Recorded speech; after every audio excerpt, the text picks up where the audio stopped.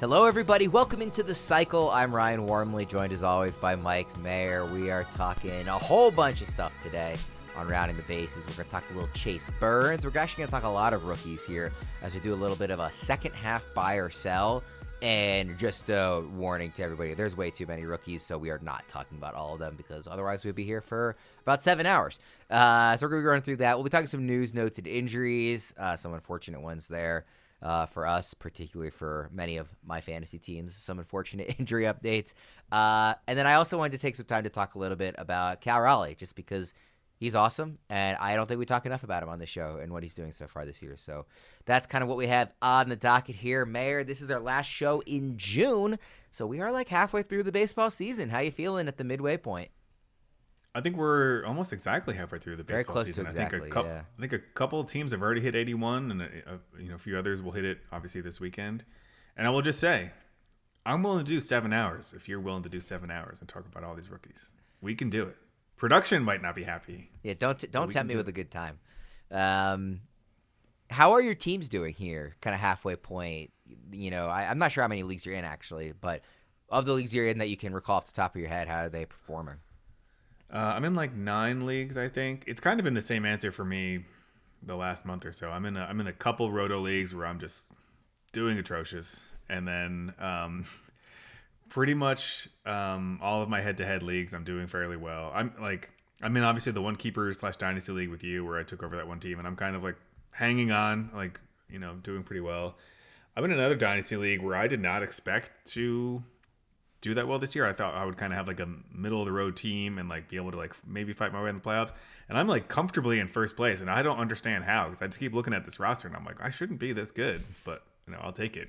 It's kind of the opposite of a lot of other times where you draft a team and you're like, this team is great, and then it doesn't go well. I'm kind of doing the opposite in that league. So calling it all over the place, but you know, when you're in enough leagues, some are going to be bad, some are going to be good, hopefully. And so I have enough good to keep me happy for a little while. Yeah, I dialed back my fantasy leagues this year, so I'm only in 4. I just felt like that was gonna be better for me to be able to really focus on them. One of them, my team is like the best team I've ever had in any fantasy league. I'm like in Roto, I'm up by like 20 points over second place. It's like utterly dominant, which is awesome. It's of course for no money.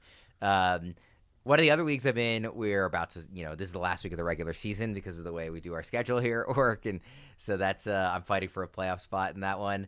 The Dynasty League with you, my team is very good, definitely a contender, but not the best team in that league, but, you know, good. And, you know, we'll fight for it, see how we do in the playoffs. But then the other one is the one with Dan Harris, his league, where I started off in like second or third place for most of the first couple months. And now I've fallen off, and I literally have too many players on IL for my bench and IL spots combined are entirely players who are injured, to the point where I am starting players on IL in my starting lineup because I can't drop a lot of these players because they're too good, or at least good enough that I want to hold on to them. And it's just, I've completely fallen off. I'm in like, you know, 4th or 3rd from the bottom now because of injuries in that league, so that hasn't been very fun. But yeah, it's kind of similar to you. You're down near me. Yeah, down near me I'm better than you and Kelly, thankfully, in that league. You're better than me for now. For now, yes. All right, let's jump into the first topic here, which is Chase Burns. Like, this was a couple of days ago, but it was very fun watching him in those first couple of innings. Such an electric debut that I felt I really did want us to hit on him. You are somebody who has Chase Burns in a lot of places. He's also somebody that I recommended everybody pick up last week, like just before they announced he was going to be coming up to make his debut. So that worked out very well for me. I've had a lot of bad calls in the waivers recommendation segment, so that was a nice one to seemingly hit on. And what a debut, right? Struck out the first 5 batters he faced in his debut against the Yankees, like an actually good team. He was the first player in the expansion era, at least, to strike out the first 5 hitters that he faced in his major league career. He ultimately ended up allowing some more runs after that, but 5 innings, 6 hits, no walks, 3 earned runs, 8 strikeouts. Again, against the Yankees, just really, really good. There's a reason he was the top pitching prospect in baseball. A lot of his minor league stats looked like relatively similar to Paul Skeens' minor league stats. Like, I'm not saying he is Skeens, but this was as elite of a pitching prospect as you can get outside of like a guy that was being compared to the greatest pitching prospects ever. And if you have him in any kind of keeper format, you should be really excited. And I think you should be excited to have him in the second half here. There has already been kind of talk about they're going to limit his innings after the All-Star break, but I think the ratio numbers and the strikeouts are going to be good enough that even if he doesn't get as many wins because he's not going deep into games and he maybe, in a points format he's not getting a ton of innings, I think he'll still be very worth having on your team. That's how good he looked. I am buying into the hype right away. What was going through your mind watching his debut? Yeah, a lot of the same stuff. It was I was kind of hoping that he would debut against someone without, such a potent offense, but he came out and did not look afraid. Like you said, struck out the first five batters he faced, including Aaron Judge. And it was just high velocity. He was flirting with triple digits, really high aggressive slider that looked really good and was playing off his fastball. And he also has a decent curveball that he didn't really use. And so I think we can see more of that and kind of that next iteration from him. The Paul Skeens comparison is interesting for a number of reasons because he's following a very similar trajectory where the Pirates drafted Paul Skeens, and then a lot of times when you see a player or especially a pitcher drafted, they kind of let them debut a little bit, because it's kind of a weird time to get drafted in baseball, right? You get drafted in the middle of the season, and so a lot of times players get drafted and they'll debut that last month and get their feet wet, whereas the Pirates just kind of shut Paul Skeens down. They're no, we'll see you next year. The Reds did the same thing with Chase Burns. He was drafted in the first round last year, did not pitch last year, and so it's kind of crazy that he debuted this year in high A, and he's it's June and he's already in the big leagues. He just kind of flew through the minor leagues, showed pretty much immediately that he was ready, and then gets to the big leagues and once again looks like he's ready. And again, similar to Paul Skeens, where we saw his innings limited, but the innings that you did get were really good, and they kind of stretched him out kind of all the way through the whole season just by kind of limiting his innings here and there. We're probably going to see the same thing from the Reds, who, we'll see how they do the second half. If he finishes the second half, let's say at 75% of the production that you saw from Paul Skeens a year ago, because I don't want to say he's going to be Paul Skeens in the second half. That's putting way too much on anybody. But let's say he's 75% of that. Where do you think you'll be ranking Burns in your starting pitcher rankings going into next season? Ooh, that's interesting. Next season. So this season, I already moved him up pretty aggressively. I was going to ask about this season too, but I'm curious what we think of him when we get to the point where we're not expecting an innings limit. I mean, assuming so you're saying 75% of Paul Skeens. I'm saying he's very good in the second half, but he's not holy cow, this is the new best pitcher in baseball good. I mean, I think the top of the SP market is also kind of interesting, and it's in flux. There are some questions about some of the pitchers at the top, like a Cole Reagans. I think there's some question marks now. Sure. I don't know that Zac Gallen was in that top tier, but there's a lot of questions about Zac Gallen now. He does not look very good. I'm basically taking the long road to saying I think there's a really good chance he's an SP1 going into next year. I don't see him overtaking Skubal, Skeens, Crochet, Wheeler, Yamamoto, assuming they all stay healthy, sure, of course. And then, there's that Framber Valdez tier. Hunter Brown looks really good. He looks like he's going to be a locked-in SP1 heading into next year. And then you get into Logan Webb, Logan Gilbert, Michael King. I feel like Jace Burns could be right there, I think. All right, so where is he the rest of the season now for this year, knowing the kind of limited innings expectations? So where did I put him? I just updated my rankings the other day. So I have him 36, which is... It's kind of putting into consideration, we're probably going to see some innings limitations, and I reserved the right to move him up.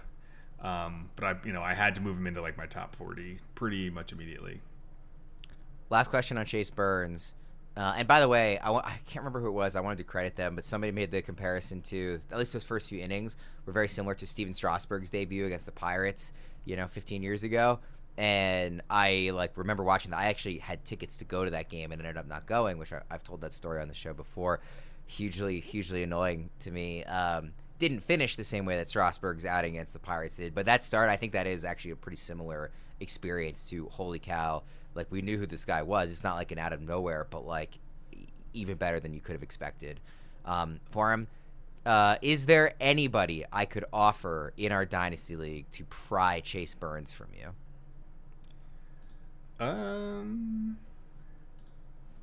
Probably. Let's see. So I actually updated my Dynasty rankings the other day, and I moved him up to SP 14. And I feel like that was really aggressive, but I also tried to put myself like, you can't just like move someone to like number one just because they're like a young top pitching prospect. Yeah. But I also try to like think realistically in these leagues. Like if I have Chase Burns, what is it going to take to get him from me?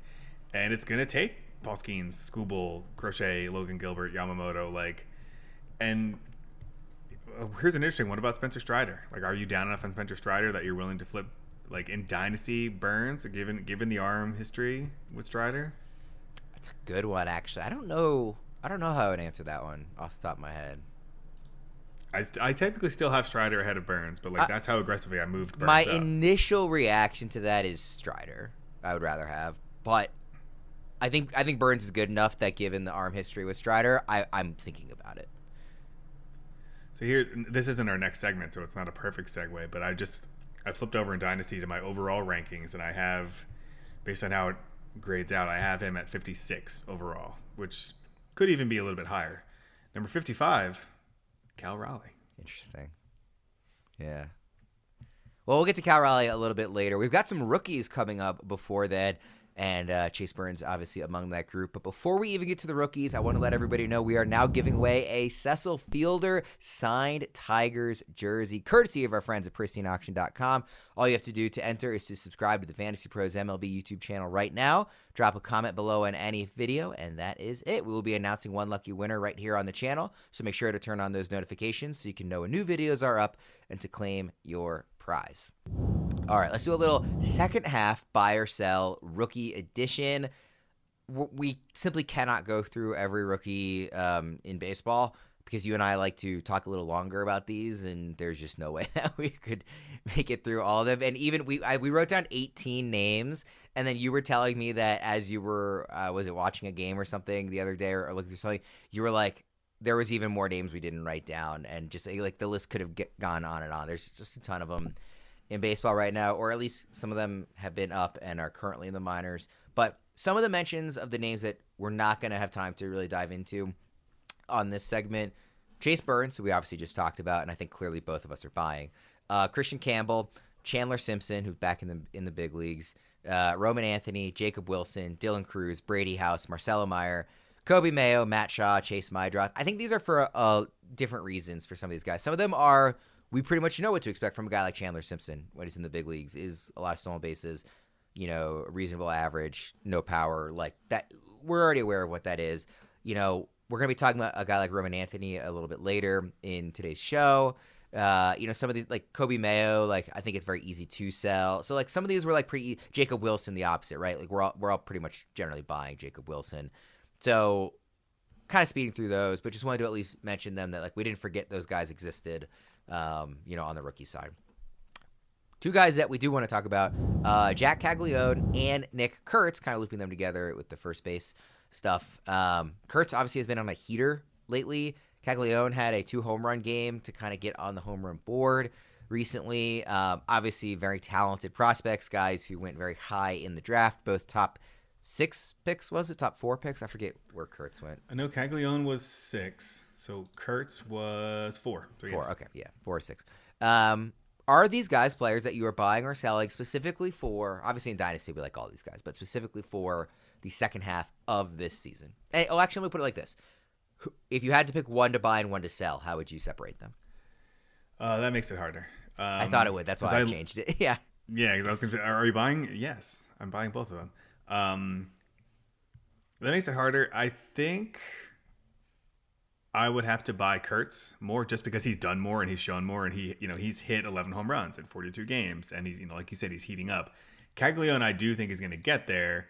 He's just gotten up to he came up a little bit later. He doesn't have as large of a sample size, so he could go on the same kind of heater that Kurtz is on right now. He's batting 186, but his expected batting average is 292. It's over 100 points higher. And I think he does have good, he doesn't have high strikeout numbers. He does put the bat on the ball, whereas Kurtz is striking out at a high clip. He's at almost 32% strikeout rate. So there is some swing and miss in Kurtz's game, whereas Caglianone makes a little bit more contact. Both have incredible raw power. I think both have really bright futures, and I think both are going to have strong second halves, especially because, we've talked ad nauseum about hitters coming up and struggling. they've both come up, struggled a little bit, and both are already showing signs that they're kind of taking that next step. And I think that's the kind of talented hitter that they are, and I think they're going to be fine, and they're going to give a lot of power in the second half. Kurtz feels like you'd have to pick him between the two just because he's had more time to adjust to big league pitching and has just simply done more, like you said. Caglianone, if you're picking him, it's a reflection of you're just buying into the talent and trusting that it'll come along. Plus the underlying numbers, like you said, where some of the expected data is better than what we've actually seen. Some bad luck early on. I mean, he's only had 70 at bats, so still super early. But yeah, I would agree with you. Like, I'd rather have Kurtz, of course, but I'm willing to buy into both. Are you like giving up anything of value to try and acquire Caglianone or Kurtz, or are you more just like, I'm hoping they're already on my rosters and want to take advantage if they are? Or are you actually looking to like buy these guys? I would look to buy, especially looking like if you need power on a roster. Like, a lot of times it comes down to roster construction, and especially in Roto, where it's probably a little bit more of a conversation in points. But in Roto, if you are looking at the Roto standings and you're lacking in power, these are two guys you should definitely target. And I didn't write him up as a buy low candidate this week, but I considered writing up Jac Caglianone as a buy low this week for that reason. And that you could kind of, if I had some surplus pitching or maybe some surplus speed and I needed power, I would definitely go out and buy these guys, because I think you are going to get double-digit home runs for sure in the second half of the season, if not, double-digit and then some. Not triple-digit. You're not going to get triple-digit home runs. No, you will not. Another player that I want to talk about who's got some power, Christian Moore, second baseman for the Angels. Somebody who we have a very small sample size. He's only played 13 games, 40 at-bats. He does have 3 home runs already in those 40 at-bats. Also a lot of strikeouts. That's part of his game. Just 2 walks. 17 strikeouts is the number against 2 walks. He's only batting 175. Second base, an interesting position. If you can get some real power from there, that's intriguing. He had a 2 home run game earlier this week, so perhaps a sign of kind of some early adjustments to big league pitching and going to start showing off the power. They were clutch hits too, 1 to tie the game, 1 to win it for the Angels. And the Angels, of course, have a reputation of being very aggressive with their young prospects. So I would imagine, like, even if he does struggle, he'll get a fairly long leash. Probably not worthwhile in a points league where the strikeouts are really going to hurt you. But in a Roto category format, is he somebody that you're buying or selling for some power at second base in the second half? I think there's a lot of swing and miss in that profile, as evidenced by the strikeout numbers that you mentioned, and that the strikeout number is almost 38%. Like, there is a lot of swing and miss in that profile, and I think the batting average is going to struggle as a result. We're already seeing that. He did pretty well in the minors, and there is some power there. I'm less bullish on him than I am on the 2 players we just mentioned. Also, maybe I'm just like misremembering, but we're so far we're talking about a ton of players that were drafted last year. I think in general there are a ton of rookies, as evidenced by the names that we have, and so many of them are drafted just last year. I can't recall another year where this many players drafted just last year are already in the majors and contributing. But yeah, I think he is someone who's willing to walk, so that can help him. It's not probably in a points league, it's not going to outweigh those strikeouts for you, so it's not as helpful. But yeah, I think it's more likely like you said, he might get a long leash, but I think it's more likely for him that he's going to go back down and need some more time.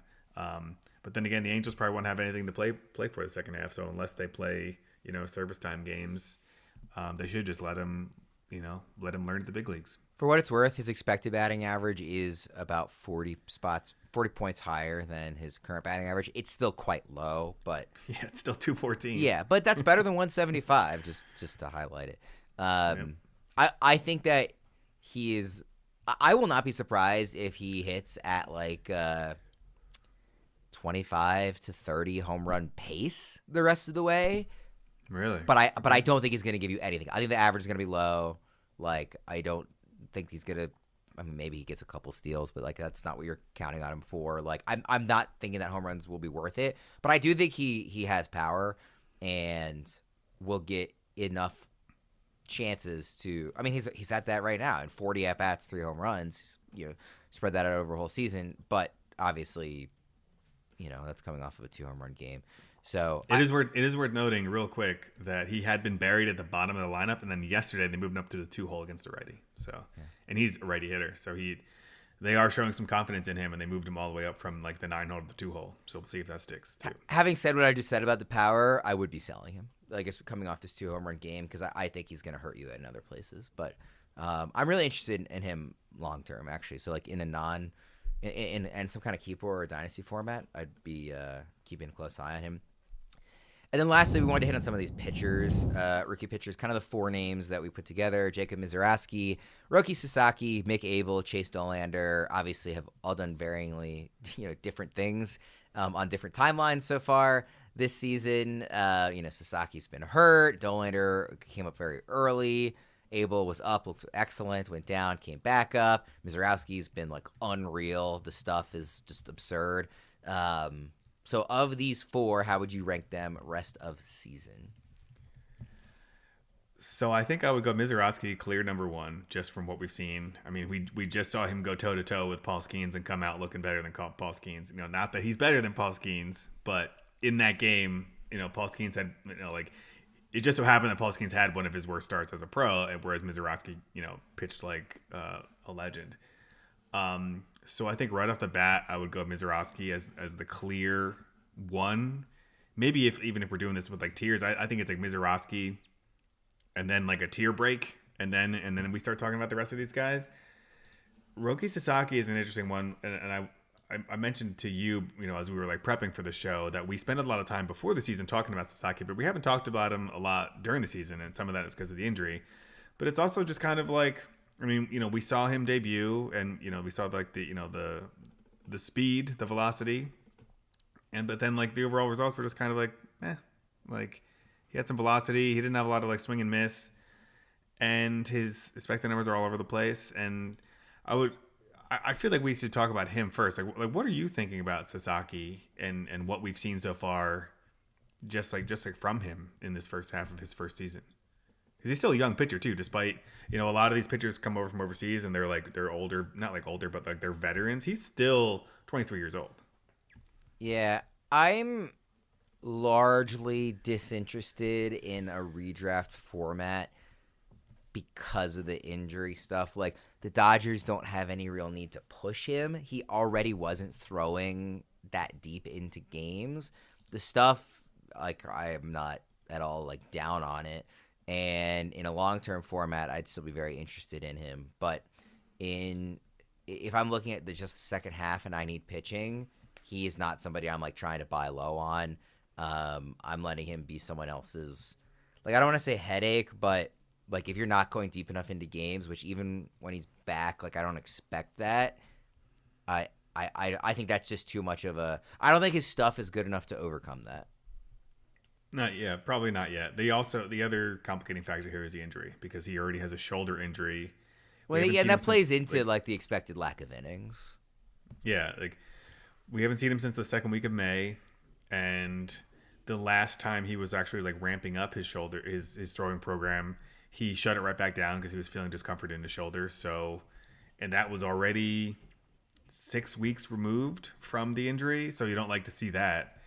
And, he's already out through the All-Star break. Who knows when we see him after that? And then, like you said, there's probably going to be some innings limitations there. They could even move him to the bullpen, depending on how healthy they get. We always joke on the show about how many arms they have and then how many arms they have on the IL. But, there's a realistic possibility that they just make him like a 2 or 3 inning bulk reliever heading into the playoffs if they want to kind of limit his innings.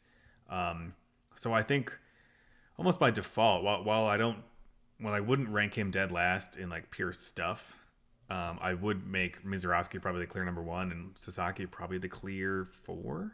You'd rather have Dollander than Sasaki? I think I'd have Abel ahead of Sasaki, but Dollander pitching for the Rockies.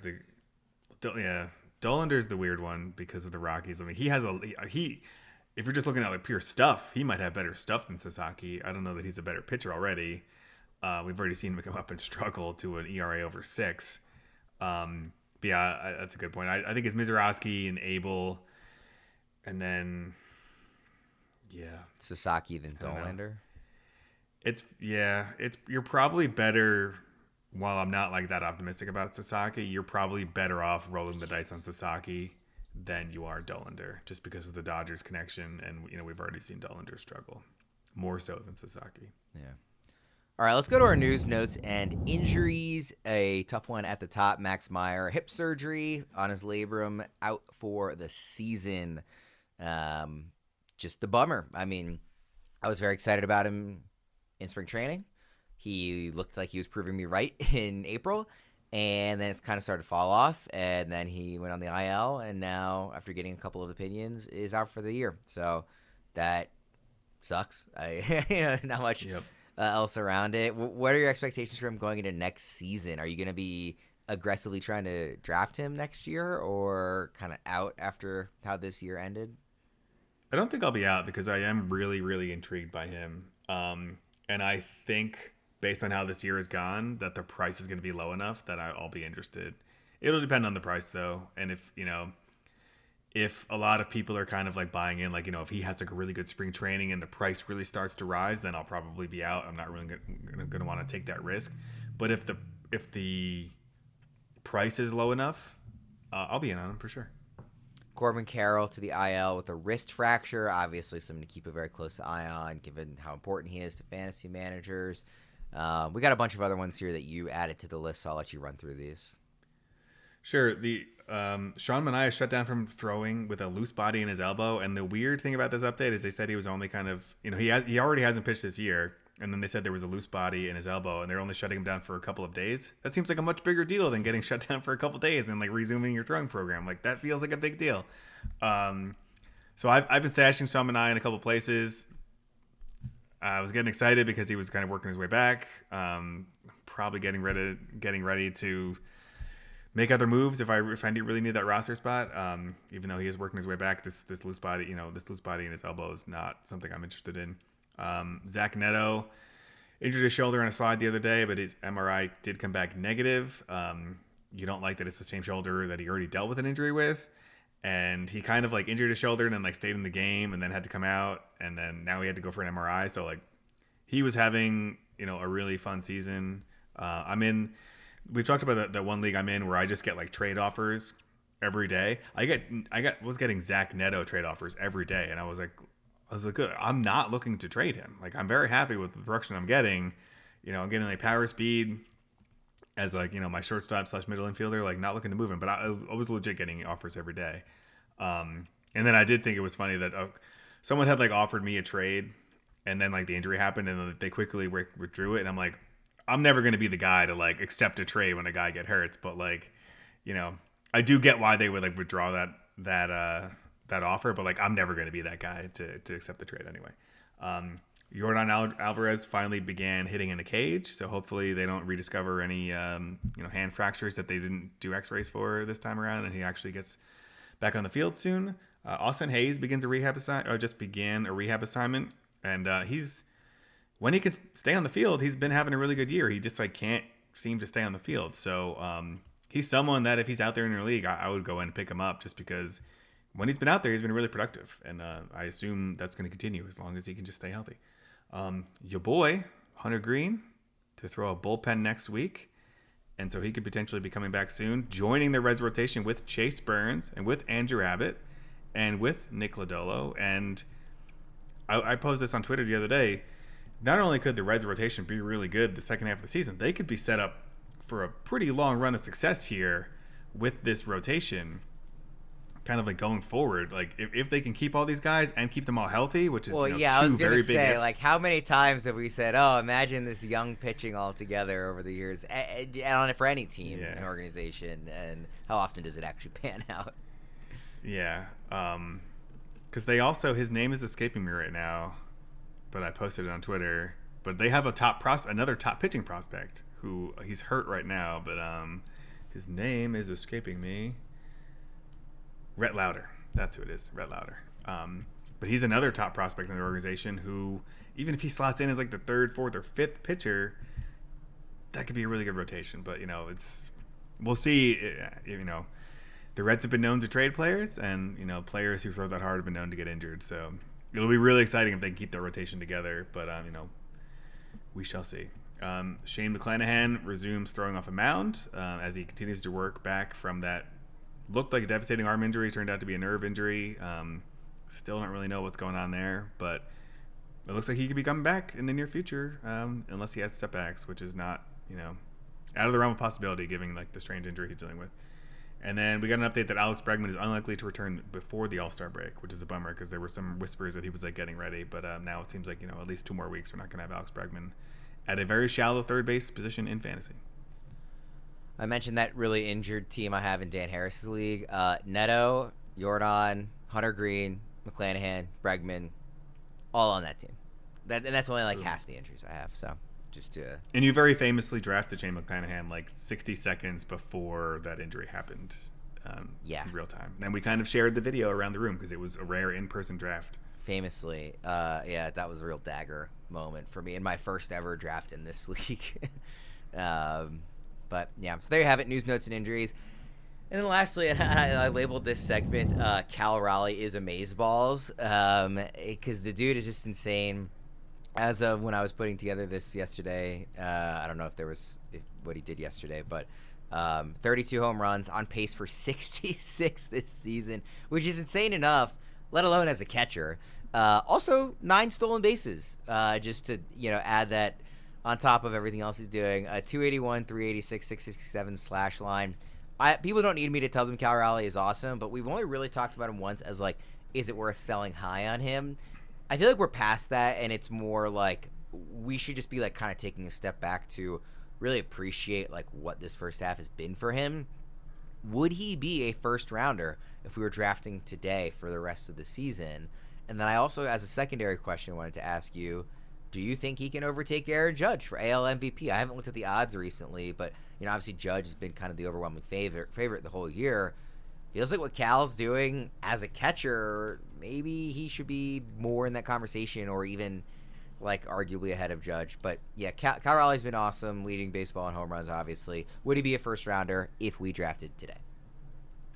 I think he would have to be, because if you look at like the the VBR and the stats on FantasyPros, if I switch to that page and let it load, he is the 3rd most valuable player in fantasy so far. It's Judge, Ohtani, and then Cal Raleigh, and then of course Pete Armstrong, who just won't go away. But I mean, just based on production alone, he would have to be. And the other thing is, if I wanted to kind of bring this up to you, if I told you before the season that Cal Raleigh would hit 32 home runs and bat 277 and steal 9 bases, you would be like, hey, that's a pretty good season. I would say that's a great season for a catcher. We're halfway through. And that's like, those are like really good final numbers. Like, and by comparison, last year he had 34 home runs and stole 6 bases. Granted, the RBIs and runs scored, although the runs scored were 73 last year, 58 this year, he's already getting close to those. And he batted 277 after batting 220 last year. Like, you'd be like, fantastic. Like, what a great draft pick, Cal Raleigh. And lo and behold, we are literally halfway through. Let's say he falls off a bit, but is still really good in the second half. So let's say he finishes with 50 home runs, 15 stolen bases, and a 260 average. Is he a first rounder next year? I think he's in the conversation just because of the position, because there are going to be people who say, man, if I can lock up that kind of production from my catcher spot and not have to worry about catcher the rest of the draft, people are definitely going to take him in the first round. And also, not to get away from fantasy, but like for the MVP conversation, he's also a pretty good defensive catcher. Yeah. Like, he's not just a schlub back there either. And with I didn't see the odds, but like Aaron Judge has come back down to earth because he's still ridiculous, but he's not hitting 400 anymore, and he kind of went through like a mini slump there. So I think there's a world where he enters that MVP conversation. 3 days ago, it was Judge. This is on ESPN. Judge minus 2,000, Cal Raleigh plus 650. And the next closest is Jose Ramirez at 75-1. Jeez. But yeah, Judge minus 2,000, Cal Raleigh plus 650. I would bet on Cal Raleigh at those odds. I don't know what it is elsewhere. I don't have them all up in front of me right now, but and again, that was a few days ago. That feels not accurate to where you would see it on most books, would be my guess. I don't know if you're pulling it up and seeing it somewhere different. I am. I was just looking at. I'm waiting for it to load now. But yeah, I saw. What did you say you saw Judge at? Minus 2,000 3 days ago on ESPN Bet. That feels wrong. Yeah, so on Betting Pros, the best odds you're gonna get for Aaron Judge right now are minus 900. Okay. And the best odds you're gonna get for Cal Raleigh are plus 500, but at BetMGM he's already down to plus 375.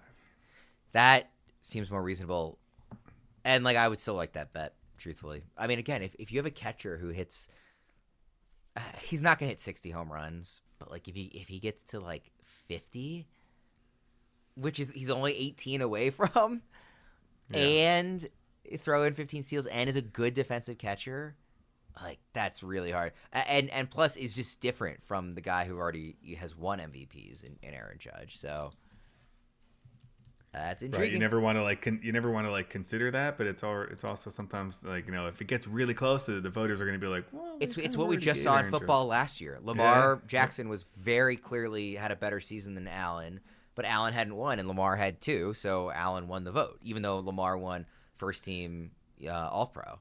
It could be the same thing here, where it's like, yeah, Judge's numbers are like maybe better, but both were amazing, and Cal doesn't. Like, how cool would it be to give a Seattle catcher MVP over, you know, this gigantic figure in baseball in New York? I mean, I think that would at least play in voters' minds. So, yeah, and just looking at Judge's numbers, like he was batting 400 for a long time, which is ridiculous. He's now down to 361, still incredible. 28 home runs, 6 stolen bases. You know, obviously all good counting stats, but the numbers aren't that ridiculous anymore that it's like out of the question that someone else could be MVP. Whereas like 3 weeks ago it was.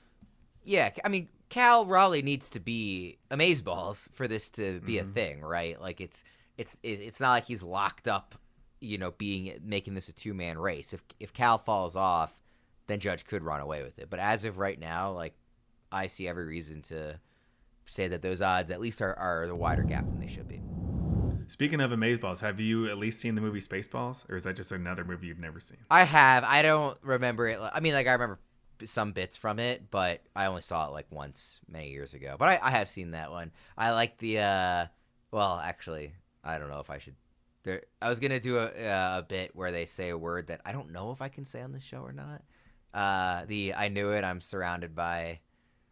I don't know if that's acceptable or not, but it's a very funny scene, and it's a generally very funny movie. So yes, I have seen that one, and I like it. Is that like one of your favorites? No. Okay. All right. Well, we'll go ahead and. It's a classic comedy, so I figured you haven't seen it because you don't see any movies. I've seen a lot of classic comedies. I've seen Airplane. Naked Gun is one of my favorite comedies. I like, you know, Dumb and Dumber. Blazing Saddles, going way back, very classic comedy. So I like some good ones. Spaceballs is right in there in like that parody. Yeah, you know, when they were doing all those parody. I will probably see the Liam Neeson Naked Gun sequel that they're coming out with soon. And I don't typically like just rehashing old stuff, but I really like the original Naked Gun. It might be my favorite comedy of all time. So I'll probably see the new one. That's a bold statement. It's really good. That movie's hilarious. All right, we'll go ahead and wrap up there for Rounding the Bases. Be sure to keep an eye out for our trade show and waivers coming out later this weekend, and also, of course, our pitching streamers and 2-start pitcher competition. For Maher, I'm Ryan Wormeli. Thanks for tuning in. We'll see you again next time.